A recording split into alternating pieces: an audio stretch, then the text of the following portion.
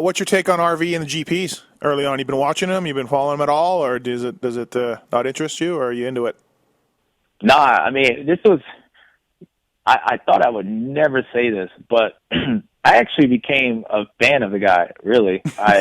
For him, I think I know why he went over there, and I think, it's to change and, do something else because he was bored over here or whatnot. But, when you watch him, I actually at some point felt bad for him, in the sense I'm like, dude, this guy is really struggling. And it makes you start wondering, it's it wouldn't look good for the Europeans, even though I think they're fast as hell, and I think a lot of people underestimate them because they put their chest protector underneath their jersey and they look weird. Right. But those dudes, they're fast. Right. I know it from racing over there for the Motocross of Nations. So when I saw Villopoto, I'm like, when he goes over there, I'm like, if the guy would ride like he does here and have this pace, he will win. But there's no way those guys can have an American come over there for the first time seeing all these tracks and just dominate it. Mm-hmm. And so when I had that in the back of my mind and I'm watching his motorcycle, watching him stall off the gate, which I've never seen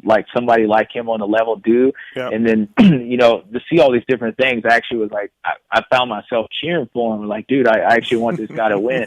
But, as far as, what he's doing, I kind of expected that to happen. Right. I think those guys are really good. The tracks are a lot different than what we are, and you can't run that setup, that stiff front end, and all these different things, that he runs. Mm-hmm. And even the same thing if I went over there, it's just different. So yep. I think he'll get better with it. But as far as him dominating those guys, no, I don't think that's going to happen. At least for sure, not.